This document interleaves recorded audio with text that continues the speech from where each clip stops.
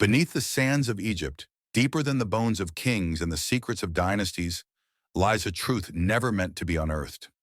Archaeologists claimed they understood the pyramids, mathematical marvels aligned with stars, tombs for ancient pharaohs. But what if the pyramids were never tombs at all? What if they were seals, warnings? A mysterious seismic tremor cracked the earth beneath the Great Pyramid of Giza. Hidden within the fractured bedrock, a forgotten stairwell spiraled endlessly into the abyss. Its walls lined not with hieroglyphs, but with veins. Something ancient pulsed below, something that remembered the taste of blood, something patient. When a group of elite researchers, military contractors, and occult historians descended into the chasm, they didn't just uncover a lost city, they awoke it. Now trapped thousands of feet underground, in a labyrinth where time bleeds and shadows breathe, they must face an evil older than language. What lurks in the hidden city found 4,000 feet beneath the pyramids is a slow burn into madness, soaked in horror, ancient terror, and dark truths. Over the next 8 generations, this tale will descend through terror itself, 1,000 words at a time, each word dragging you deeper into the darkness. Now let me ask you, what do you think they found down there? Would you dare go that deep if it meant discovering the truth of mankind's origin? Or would you seal it back and pretend it never existed? Like, subscribe, and share if you're ready to join this descent into the abyss. Comment below with your theory. What's waiting down there? And what does it want? The desert wind howled like a dying god.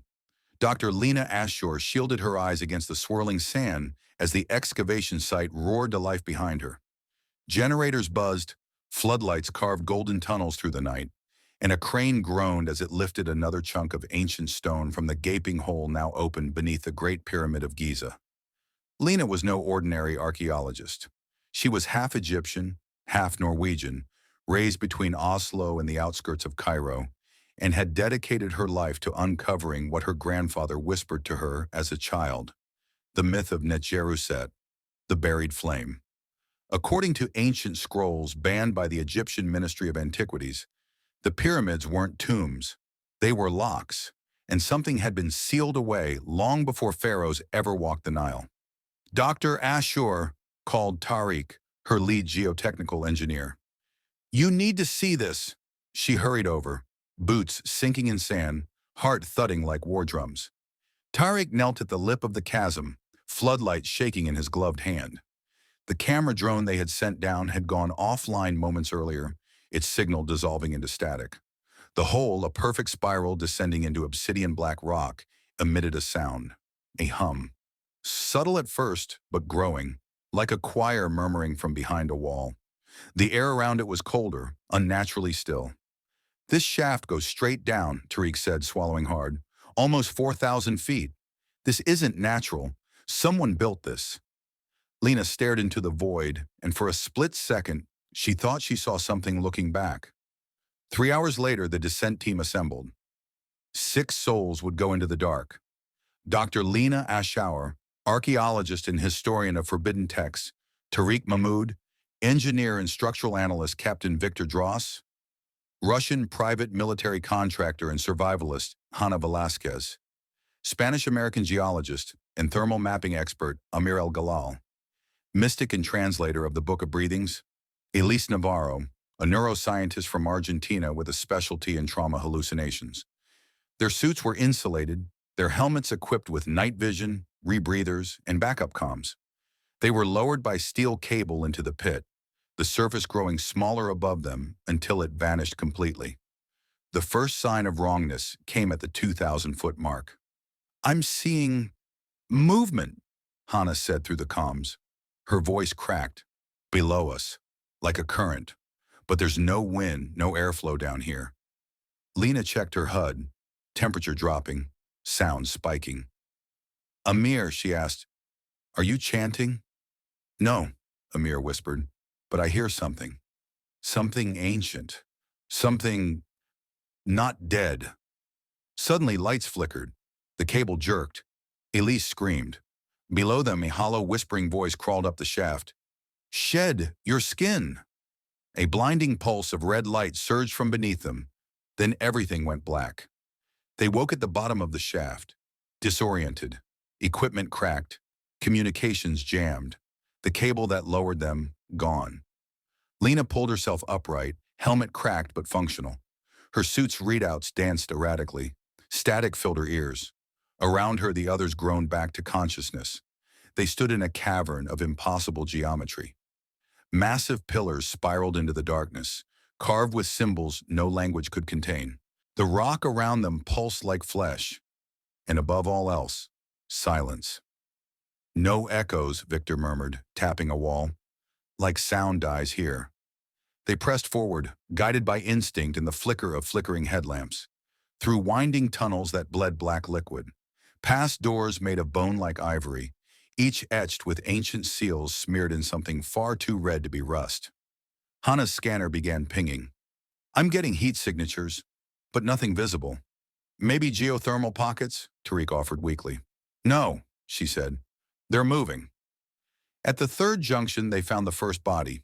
Mummified, twisted, wearing modern gear, a suit with NASA patches. Its face was frozen in a rictus of terror, as though it had seen something that tore its soul from the inside out. Tariq turned it over. Its eyes blinked. Screaming erupted as the corpse spasmed violently. Elise shoved it back with her boot, but Amir stepped forward, murmuring something in Coptic. The corpse spoke. The city sees. The city remembers. The first son is not the last. Its mouth split wider than any jaw should. The skin tore. From within, dozens of tiny white insects spilled out, their bodies clicking like teeth. Victor blasted it with his sidearm. The body crumpled, but the insects disappeared into the dark. Stay tight, Lena barked. No one wanders. We're not alone down here. The next chamber they entered was impossible. A vast underground temple, larger than a cathedral. The architecture was alien, fluid, almost as if the stone had melted and been sculpted by hands with too many fingers. A giant obsidian throne sat at its center, and behind it, a mural that stretched 50 feet high. The mural depicted a godlike entity, faceless but crowned with serpents, devouring a sky full of suns. Around it, cities burned, and armies bled into rivers of shadow. At the mural's base, the writing was faint, yet Amir began to translate. Here sleeps he who dared to taste the black flame, first of blood, master of hunger, lord of the unending pulse. Vampires, Elise whispered. This isn't mythology. This is a warning. Suddenly, Hana dropped to her knees, screaming. Her eyes rolled back. Blood poured from her nose and ears. Lena rushed to her, but Hana gripped her arm with inhuman strength. It's awake, she croaked, eyes pitch black. It knows we're here. Lights shattered. The ground trembled. A low moaning sound echoed through the temple. Not mechanical, not animal. It was hungry. Darkness swallowed everything. Lena's hands trembled as she cradled Hana's twitching body. Her veins pulsed under her skin like living worms, black and swollen. The geologist's screams had turned into a dry, gurgling rasp, as if her throat had been scorched from the inside. Elise, I need you, now, Lena barked. Elise dropped to her knees, unpacking a medkit with frantic precision. She's seizing, but this isn't neurological. It's like her mind's being rewritten. The pulse of energy that had knocked them unconscious began again. Faint but rhythmic, a heartbeat echoing through stone. Not theirs, not human. Something else was breathing with them in this place. Victor, ever silent, took point. Movement, 10 meters, behind the throne. His night vision lens scanned the air like a hawk. It's not dust. Tariq drew a flare and tossed it across the floor. The red light erupted, casting the vast temple in an eerie blood glow. Shadows bent unnaturally, some refusing to move even as the light passed over them. Then something stepped into view. It was tall, gaunt, clothed in ancient burial wrappings, now darkened with rot and time. A golden death mask hung over its face, cracked but grinning. Its fingers were long, jointed wrong, tipped with talons that scraped the stone. No sudden movements, Amir warned, stepping between it and the group. It's wearing a priest mask. Ancient, possibly Middle Kingdom or older. Not just decoration, it's ceremonial. Ceremonial? Victor growled. That thing's alive. No, Elise whispered. It's undead. The figure stepped forward, slowly, deliberately. As it moved, the air seemed to thicken. The shadows deepened. Hannah stopped convulsing. Her body went limp. Then she rose. Her head lolled, neck twisted at an angle no living person could sustain. Her mouth opened wide, unnaturally wide. She laughed, but not in her own voice, in three different voices. It has been so long since we were touched, Hannah hissed in unison with the being. So long since the world above dared to look down. Amir raised a trembling hand. You speak of the city, Net-Jeruset? The masked being tilted its head. We are its children, the last whisper, the blood flame. Suddenly it moved, with impossible speed. In a blink it was upon Amir, lifting him into the air by the neck. His skin began to blister where its fingers touched. He didn't scream. He couldn't. His mouth foamed, then bled. His eyes burst like eggs. Victor fired 3 rounds, directly into the creature's chest. Each impact staggered it slightly, but it did not fall. Instead it laughed, then vanished into black mist. Amir's body hit the ground with a sickening thud. Move! Lena shouted. They fled through a side passage, Hannah's now vacant body twitching on the floor behind them. Victor dragged Tariq, who was hyperventilating, muttering prayers in Arabic. Elise stumbled, holding a sample of the black stone, alive with heat despite the cold air. Where the hell are we going? She cried. Anywhere but here, Victor snapped. The passage twisted and pulsed like the inside of a dying creature. The walls began to breathe, exhaling dust and ancient heat. Symbols burned into the stone, shifting, alive, watching. Lena dared not stare at them too long. Every time she did, she felt her thoughts splinter. They found themselves in a new chamber, much smaller, but lined with altars and ossuaries. The bones inside the tombs were not human. Some were twice as long. Others were fused together like twisted branches. A sarcophagus stood in the center, cracked but sealed with red wax. Inscribed upon it in an ancient dialect of hieratic, do not unbind the flame of mouths. Let the silence remain sealed. Victor turned to Lena. I don't care what that says. We rest here, just for a minute. Elise scanned the room with trembling hands. There's low radiation, background levels. This place is preserving something, or someone. Tariq slumped against the wall, pale, sweat soaking through his suit. I saw something when that thing touched Amir, he murmured. Not just pain. I saw a city, towering monoliths, red skies, oceans made of blood, a throne of bone that breathed. You saw Net-Jeruset, Lena said quietly. The hidden city. Victor looked at her sharply. You've known about this. I've suspected. For years. My grandfather warned me of it. Said it wasn't just myth, that it was buried to keep them from waking. They, Elise echoed. The first ones, Lena whispered. Vampires that were never human. Born of shadow. They fed on gods before they fed on men. Tariq began to sob quietly. We should have never come down here. Suddenly the lights flickered again. A scratching sound echoed through the corridor behind them. Then footsteps. Dozens of them. Slow, wet, unsteady. They're coming, Victor growled, raising his weapon. Elise glanced at the sarcophagus. What if we release whatever's in there?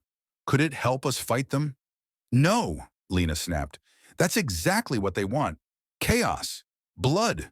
It feeds them. The scratching grew louder. Voices joined it. Whispers in forgotten tongues. Chanting. Breathing. Tariq screamed as something dragged him into the shadows. Lena turned just in time to see him vanish. Clawed hands yanking him away. His cries echoed down the tunnel, then cut off sharply. Victor opened fire, the muzzle flash lighting up twisted, emaciated forms crawling along the walls. Mouths with too many teeth, eyes that blinked sideways. Elise shoved Lena toward the opposite corridor. Go! They ran, heartbeats pounding in sync with the low hum rising from the stone. Behind them, Victor's rifle fell silent. Then came a gurgle, and the wet snap of bone. Lena and Elise burst into a new chamber, slamming the stone door shut behind them. They were alone. The chamber was circular. At its center stood a mirror, ancient, black as onyx, yet its surface rippled like water. Around it were 7 obelisks, each engraved with a different star map. "What the hell is this?" Elise breathed. Lena stepped forward, captivated. Her reflection did not move with her. It watched her, then it smiled. Lena staggered back from the mirror, breath caught in her throat. Her reflection stood perfectly still. No rise and fall of the chest, no flicker of fear in its glassy eyes. Then slowly it tilted its head in the opposite direction of hers and raised one finger to its lips. "Don't," it whispered, not aloud. The sound came inside her skull, like an echo from the marrow of her bones. Behind her, Elise circled the obelisk. "These constellations, they're wrong. The stars, they aren't from our sky. This one," she pointed, "isn't even possible in our hemisphere. And this one, it's moving." Indeed, the engravings pulsed faintly, stars drifting across their surfaces like dying fireflies. The chamber itself felt heavier, like time was thicker here, slower. It was as if the stone had memory. Lena forced herself to speak, voice dry. "It's a map, a celestial one. Not of Earth's sky, theirs." Elise turned to her, eyes wide. "You mean they weren't buried here? They came here, from somewhere else?" As if to confirm her words, the mirror rippled again, and the room suddenly grew colder. Shadows stretched unnaturally long. The air reeked of rot and sulfur, and somewhere deep behind the stone, the groaning of ancient hinges echoed, as if another door had just opened. "Did you feel that?" Elise whispered. "I think something just got out," Lena said. "Or woke up." They had no weapons, no connection to the surface, and no clear path forward. But staying put was suicide. Victor, Hannah, Amir, gone. Probably worse than gone. The 2 women exited the chamber, back into the blood-veined hallways of the buried city. The path ahead split 3 ways, each darker than the next. "Left," Lena decided. "The air's colder. That might mean deeper tunnels. Somewhere to hide." They pressed on, passing ancient murals etched in bone dust and painted in a pigment that shimmered with an oily rainbow hue. Each image was more disturbing than the last. Creatures feasting on crowds of humans beneath eclipsed suns. Rituals involving sacrificial hearts in inverted crosses made of spinal columns. Pyramids floating above oceans of flame. Suddenly, Elise stopped, her breath catching. There was singing, childlike voices, distant, echoing, high-pitched and reverberating through the stone like a lullaby. "Do you hear that?" she asked. Lena nodded, but her face had gone pale. "It's in Demotic. They're singing about a queen, the one who gave birth to mouths." They crept closer to the sound until they reached an archway glowing with faint violet light. Inside, a massive library opened before them.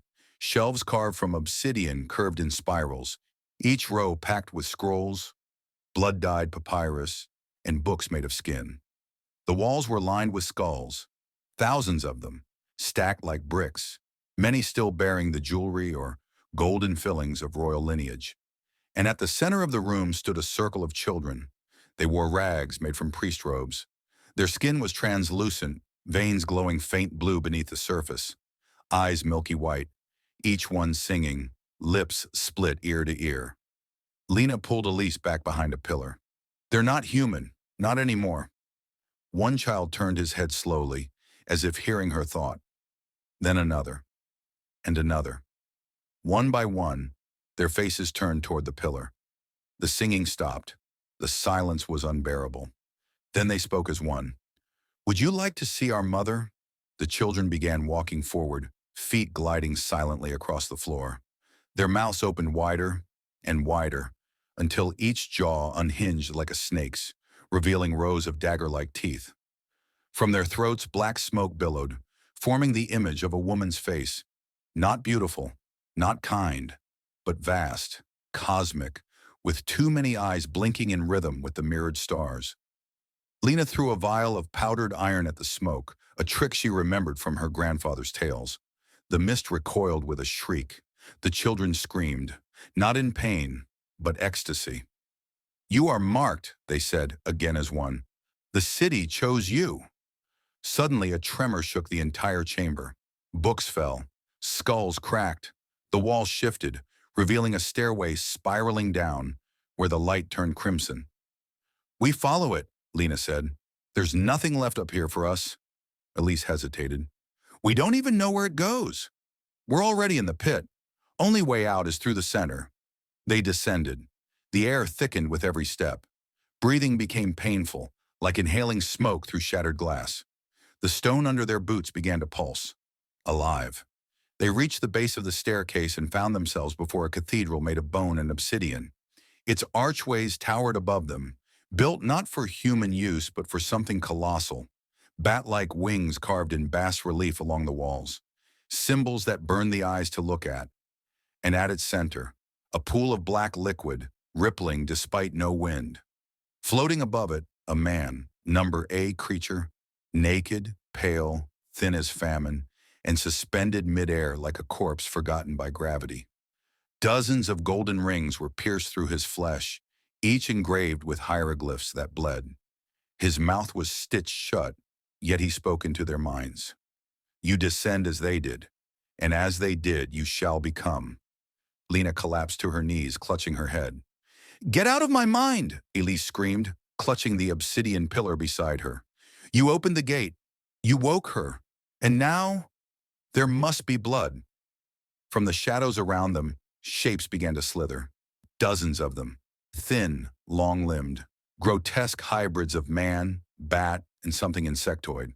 They hissed in unison, crawling down from the high arches. Elise drew a flare and lit it. Run! They fled into a side corridor just as the creatures lunged. The hallway they entered was different, clean, angular, covered in alien metal that shimmered silver blue. Symbols floated above the walls like projections. At the end of the corridor stood a vault door, and on it, a single handprint, glowing red. Lena placed her hand against it, and it accepted her. The door hissed open. Inside was a chamber unlike anything they'd seen. A laboratory. Monitors glowed with readings. Machines pulsed with life. And in the center, a cryogenic pod. Frost-covered, but operational. Inside it, a woman. Pale. Eyes closed. Fangs glinting beneath cracked lips. Elise turned to Lena. Who the hell is that? Lena stared in horror. I think that's the Queen of Mouths. The silence in the lab was so profound it made Elise's ears ring. Lena stood frozen before the cryogenic pod, her hand hovering just inches above the glass. Frost veiled the woman's face inside, but those jagged teeth, those fangs, were unmistakable. Her skin was like alabaster, smooth and unblemished despite the eons. Long strands of obsidian hair floated in the fluid, suspended like a serpent in still water. What do you mean, Queen of Mouths? Elise finally said, her voice hoarse. Lena didn't answer right away. Her eyes were locked on a series of symbols etched into the steel plate beneath the pod, an inscription in multiple languages: ancient Egyptian, Sumerian, Akkadian, Latin, and one that glitched across the metal in digitized glyphs. She was the high priestess of Necheruset. Some say she birthed it, Lena murmured, a hybrid of flesh and void. She ruled the city before it was buried, before the gods turned their faces from this place. You knew this might be down here, Elise said, backing away. All this time you had legends, maps. Why didn't you warn us? I didn't know it was real, Lena snapped, then immediately softened. I didn't want it to be. Suddenly the monitors began to blink. Rapidly, symbols rearranged themselves, forming patterns, commands. The chamber lights flickered. From the pod, a hiss escaped. A slow exhalation. The fluid within began to drain. Elise ran to the control panel. She's waking up. We need to stop it. Whatever this is. I don't think we can, Lena whispered. This isn't just tech. It's living. It responds to us. Like we're part of a ritual. The glass slid open with a gasp of escaping gas, and the woman moved. Her eyes snapped open, pure black.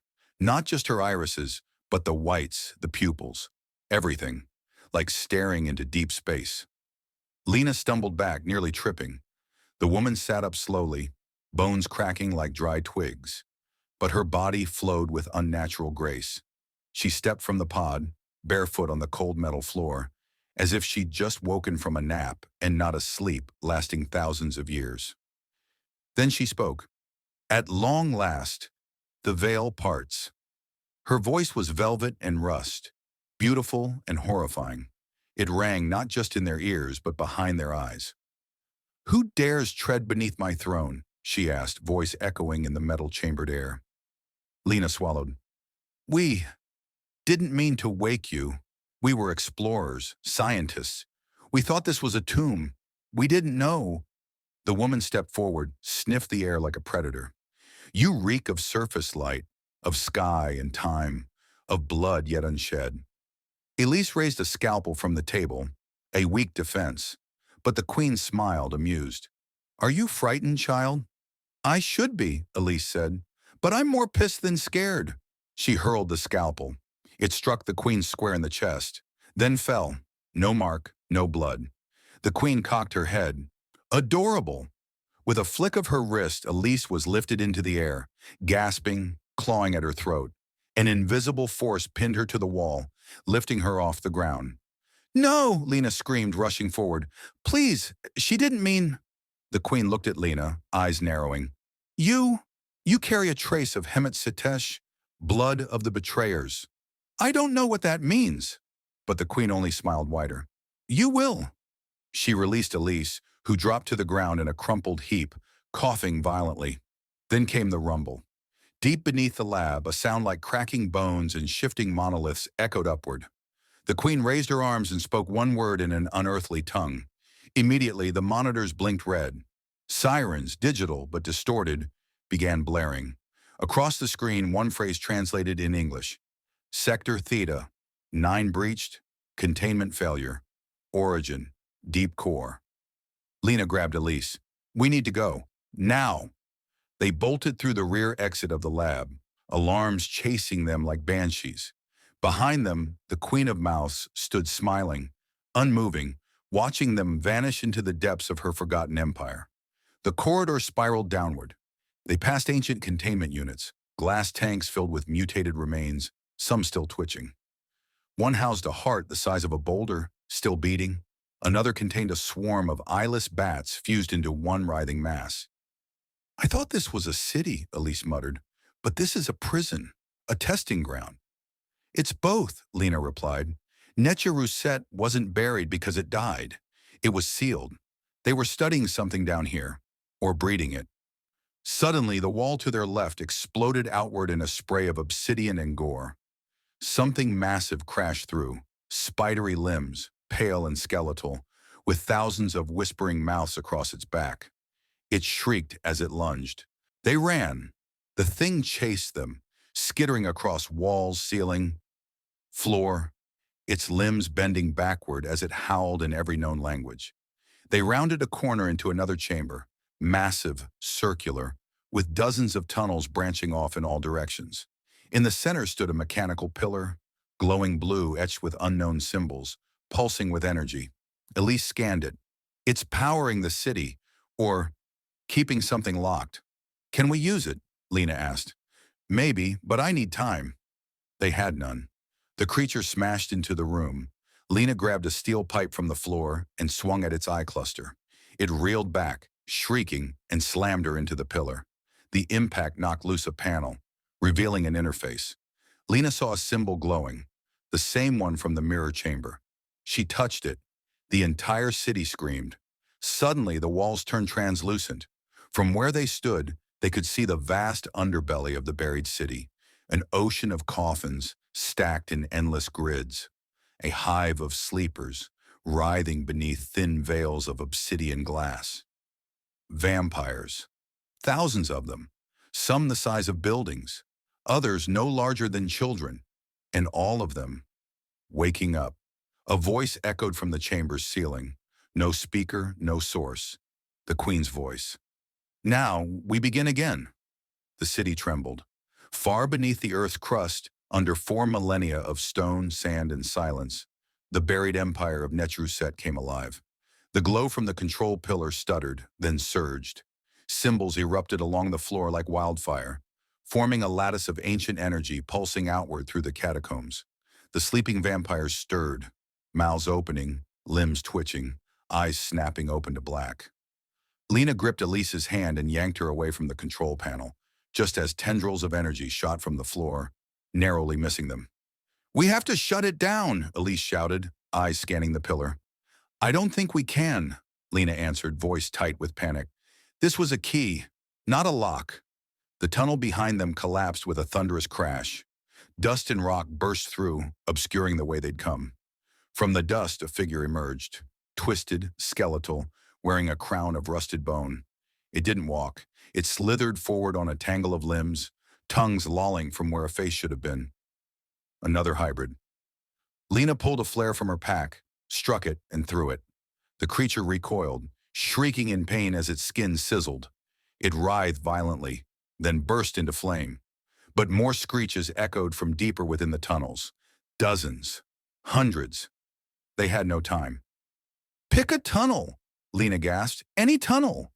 They ran down the eastern passage, narrower, with fewer lights, but no immediate threat. For now, the new corridor was unlike the others. Its walls weren't carved from stone, but formed of seamless black alloy, humming with energy. Strange symbols floated inches off the surface, like liquid neon, but warped in unnatural angles that made Elise's eyes water just from glancing. "This place wasn't made by people," she said. "No," Lena whispered. "I think this part of the city predates the pyramids, maybe even humanity." They passed rows of what looked like containment sarcophagi. Some cracked, others sealed tight. One glowed faintly, flickering like a dying bulb. Inside, something stirred. An emaciated face pressed against the glass, mouth opening to scream silently. Elise backed away. "This is a nightmare."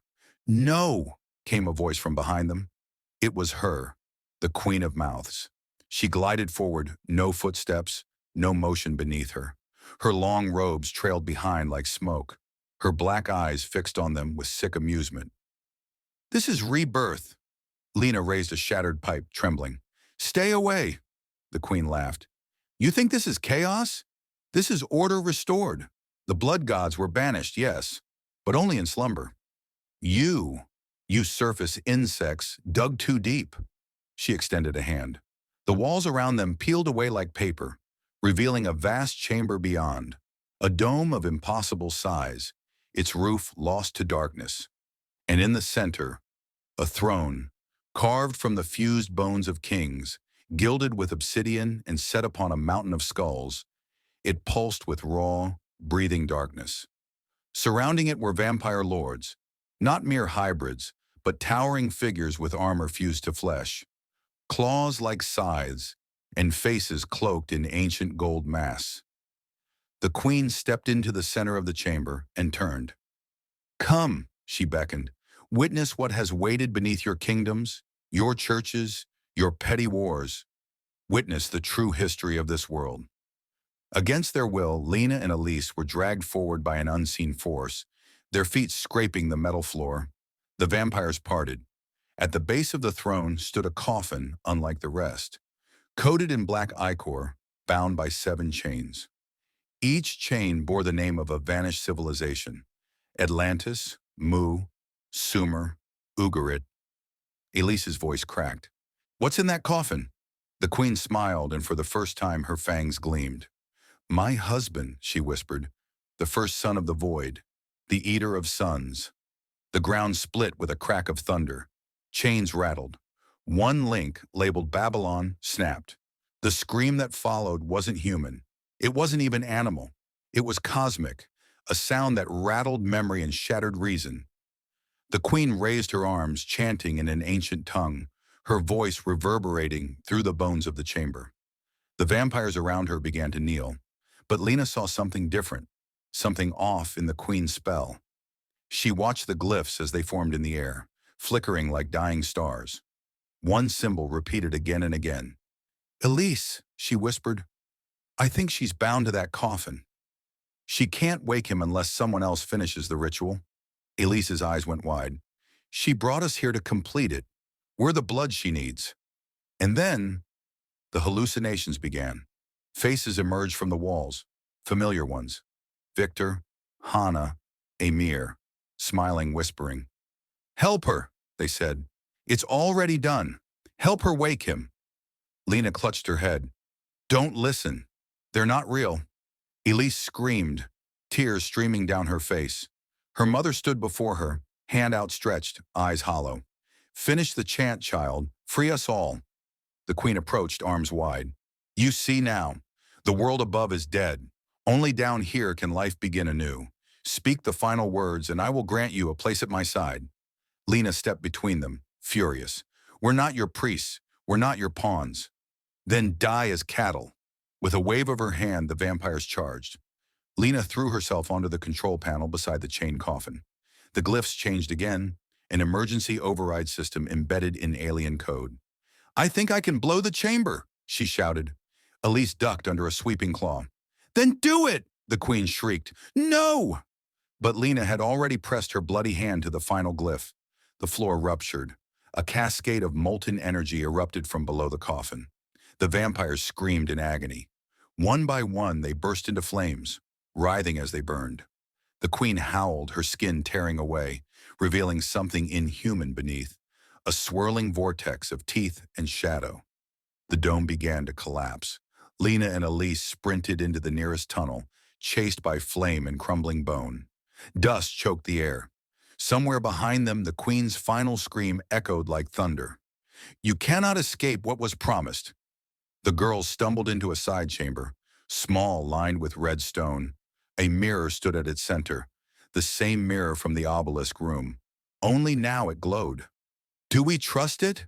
Elise asked, gasping. Lena looked back. The tunnels behind them had collapsed.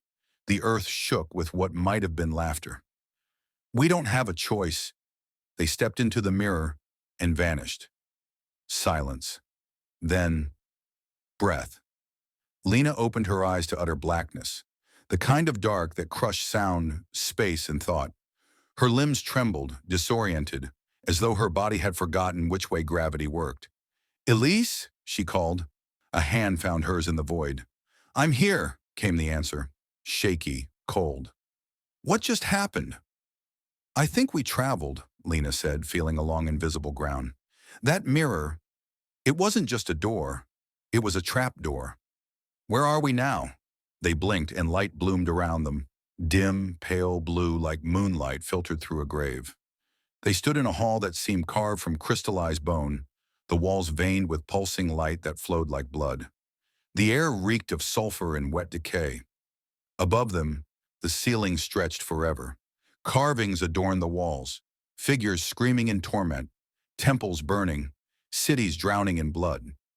But at the center of every scene, a throne, and always the same figure seated upon it, a skeletal king with a mouth too wide and eyes of black fire. "The Eater of Suns," Lena whispered. "These are prophecies." "Or memories," Elise murmured, "from before human memory." A sudden guttural voice cut through the gloom. "You do not belong here." They turned. Standing at the end of the hall was a tall man, if man was the right word. His body was armored in something chitinous, layered like the shell of an ancient beetle, and his face was half masked by gold fused to flesh. His eyes glowed like coals. Behind him, shadows squirmed, as though dozens of tendrils lay coiled under his skin. "I am Karantal," he said, stepping forward. "Warden of the Rift, keeper of the sleeping god," he raised his hand. "And you, trespassers, must be judged." Lena didn't wait for diplomacy. She hurled a flare directly at his face. It exploded in a flash of red light, searing heat rippling down the corridor. Karuntal screamed in agony, clutching at his face. His armor sizzled, cracking like a drying shell. "Run!" Lena yelled. They sprinted down a side tunnel, ducking under low arches and dodging stalagmites that shimmered like glass. Behind them, Karuntal roared, his voice reverberating through the stone, cracking it with sheer force. "He's not just a guardian," Elise panted. "He's a gatekeeper. If we're near him, then we're near it." "You mean the coffin?" "No." Elise skidded around a corner. "I mean the thing inside it." They entered a dome-shaped chamber filled with mirrors, hundreds of them, suspended in midair, floating like lanterns. Each one shimmered with a different scene. The surface world, people crying in streets, burning suns, screaming faces, tombs cracking open.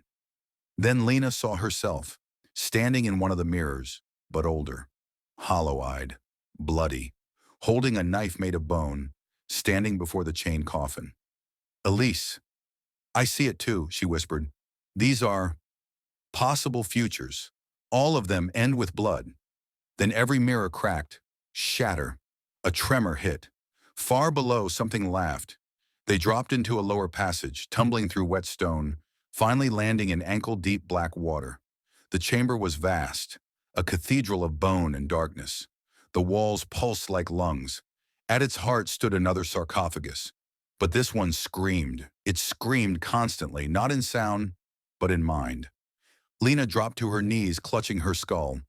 Visions overwhelmed her. A desert swallowed in shadow. Skies bleeding. Eyes growing on every surface. Language dissolving. Time stuttering. A world without light. A world after gods. Elise was frozen, staring at the coffin. He's not a vampire, she said. He's not even alive. Lena crawled toward her. What do you mean? This thing, the Eater of Suns. He wasn't born like us. He wasn't created. He was called, a whisper from beyond the stars, from a place where light was never born. Suddenly, Karuntal crashed through the ceiling, landing in a crouch. His eyes now burned with hatred. The mask on his face fused entirely, warping into a snarling death grin. You defile this tomb, he growled. You touch the threshold. He raised his staff. It transformed, elongating into a serpent of pure shadow. Lena raised the broken pipe she still carried. You want judgment? Come get it. They fought. The serpent lunged, striking with uncanny speed, but Lena ducked, slashing upward. Sparks flew. Elise sprinted for the coffin, scanning the chains, each engraved with symbols. One glowed faintly red. I think this one is weakening, she shouted. The queen's ritual already cracked it. Karuntal roared, and his staff splintered into dozens of tendrils, lashing outward.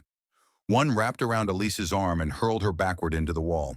No! Lena screamed, charging him. She slammed the pipe into his chest.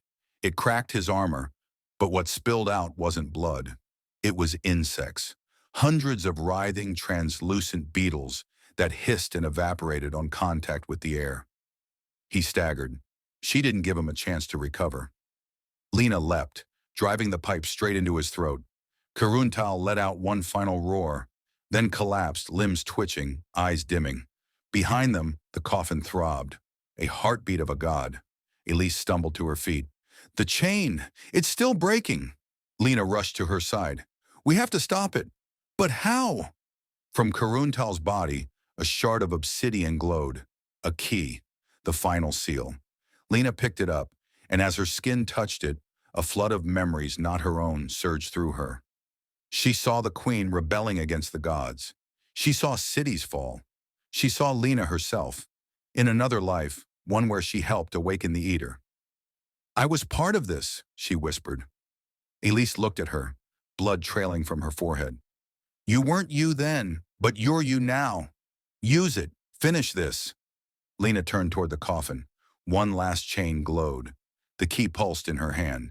If she plunged it in, it would either seal him or release him. The coffin screamed louder. Lena lifted the shard. Behind her, the sound of rising footsteps. Then, blackness. Lena's body hung weightless in the dark. No ground, no sky, only the void. And yet she was aware of something watching. Something vast. Something old. It breathed her in, examined her like a museum relic. Not as prey, not as threat, but as a curiosity. Then, her feet slammed onto stone. The world snapped back into place. She stood in a chamber vast enough to contain cities. The air was thick with ash, and the floor pulsed like muscle. Above her, the ceiling roiled. No stone or structure, but an ocean of swirling eyes and teeth, blinking in rhythm with an unseen heartbeat. A voice like thunder run through rusted chains, echoed from all directions. Why have you come? Lena stumbled back. Elise appeared beside her, eyes wide, bloody, dazed. I don't know, Lena breathed. We didn't come to wake you. Yet you stand at my gate, hold my key, drawn by the scent of fate. The voice didn't need sound. It vibrated in their bones, scratched at the back of their eyes. The coffin still loomed before them. 6 chains shattered. 1 remained, and the key Lena held, the shard from Karental's corpse, glowed hotter than ever, as if eager to be used. Then came the footsteps, not stomping, not charging, but quiet, wet, dripping. From the shadows emerged a new figure, one neither Lena nor Elise had seen. She wore red. Her gown was woven from flayed skin. Her arms were long, jointless. Her eyes, if they were eyes, swam with silver blood. You're not real, Elise whispered. The woman smiled. I'm the part of you that's always wanted to know what lies beyond death. I'm curiosity. I'm the question you never stopped asking. Lena raised the obsidian shard. You're another hallucination. Am I? The woman stepped forward, no feet beneath her robe. Or am I the first priestess? The one who led the first bloodletting beneath these sands? The one who laid with the god in this tomb? Lena felt bile rise in her throat. You're part of this cult. The woman cocked her head. There is no cult. There is only memory and hunger. She turned to Elise. You've seen it, haven't you? What the surface is becoming? The slow rot, the sleepwalking masses, the wars that bleed the soil dry for empty causes. Elise shivered. You want to replace it with this? The woman's grin widened. He doesn't destroy. He resets. Behind her, the air split open like torn fabric.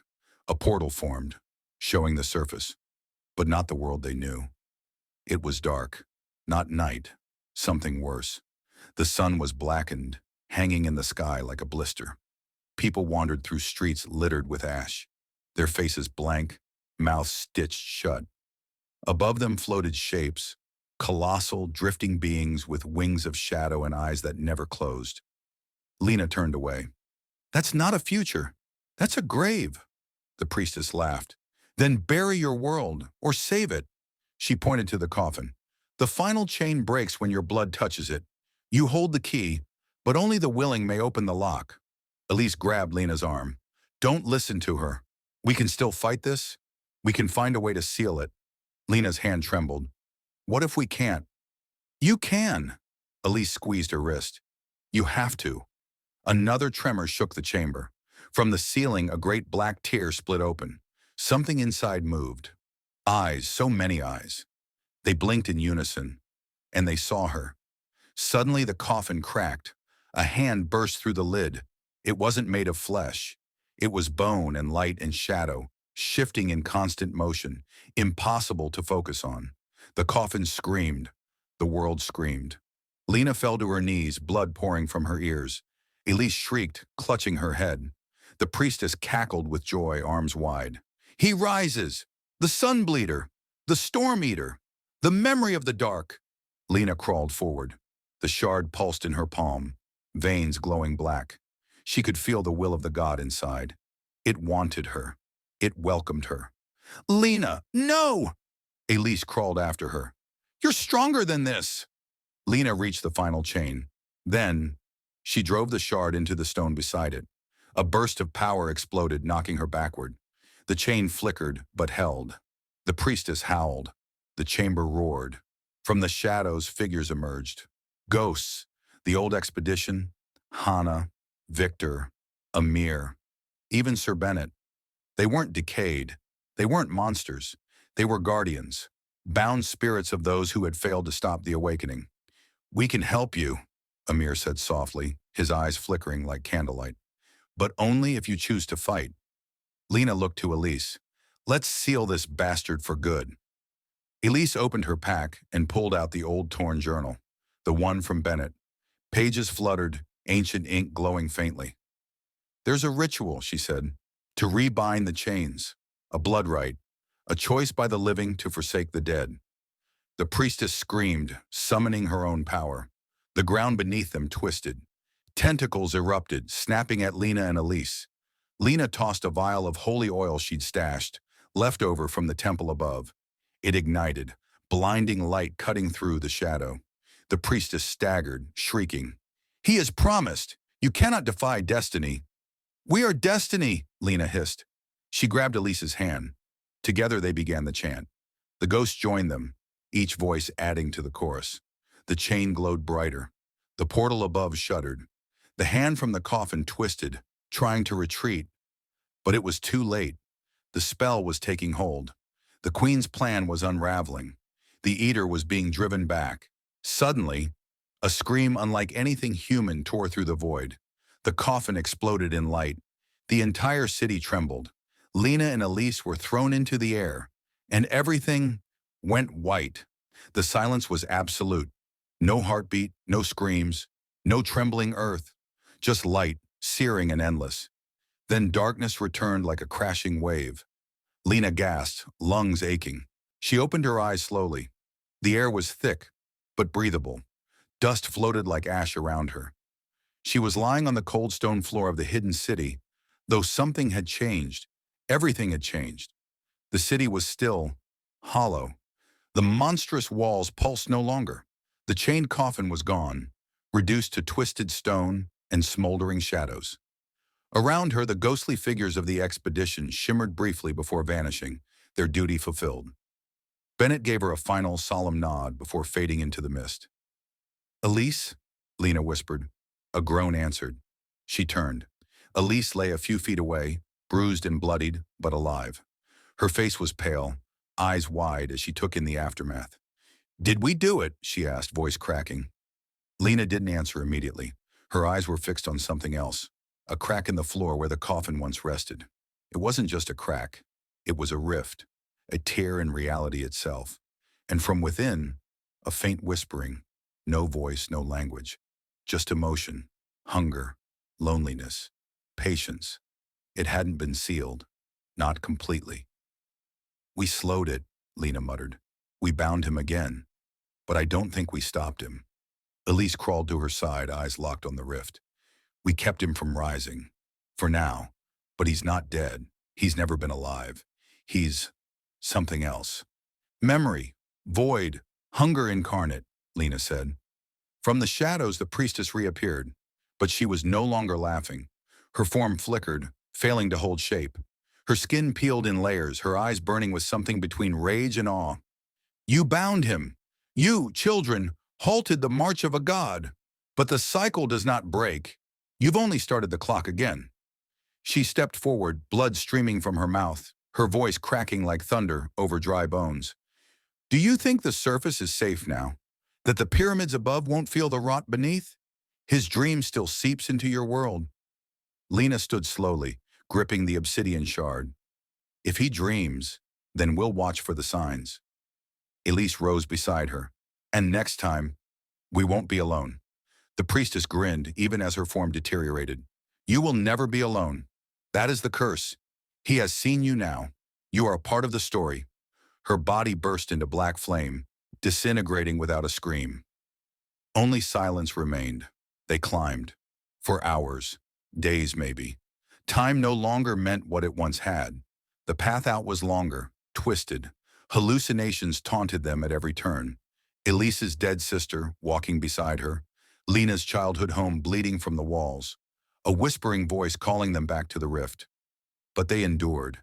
They reached the final chamber, the temple near the mirror gate. The queen's body was gone, only her robes and shattered crown remaining. On the wall, the hieroglyphs had changed. Now they told their story. Lena and Elise etched into the stone as new figures, one holding the shard, the other holding fire. They stared in silence. "History doesn't care who wins," Elise whispered, "only who survives long enough to tell it." Sunlight. When they emerged from the collapsed excavation tunnel, the desert greeted them with blistering light and cruel wind. Everything was gone. The research base destroyed. Vehicles rusted. Their gear, their team, lost to the sands of time. But they were alive, somehow. Together they trudged toward the horizon, and behind them, beneath the shifting sands, the city breathed. 6 months later. Location, undisclosed research facility, Vatican Black Archives. A man in a dark cassock stared at the photographs. Lena and Elise standing before the ruins of the tomb. Infrared scans, seismic readings, pages from Bennett's journal, a blood sample. The rift signature still pulsed in Lena's DNA. A soft knock on the door. "Come in," the man said. An agent stepped inside. "They're here. Bring them in." Lena and Elise entered. They looked hardened now. Stronger. Haunted. The priest lowered his glasses. "I'm Father Aaron, keeper of forbidden histories." Elise crossed her arms. "You called us here because you know what we found." He nodded. "I know what almost woke, and I know it's not over." He gestured to a nearby wall, revealing a map, multiple sites across the globe. One in Antarctica, one in the Himalayas, one in the Mariana Trench, and one more, under Vatican soil. "We've tracked similar rifts, connected, pulsing like a shared heartbeat. The Eater of Suns is not a thing. He is a network." Lena swallowed. "Then we didn't bind him.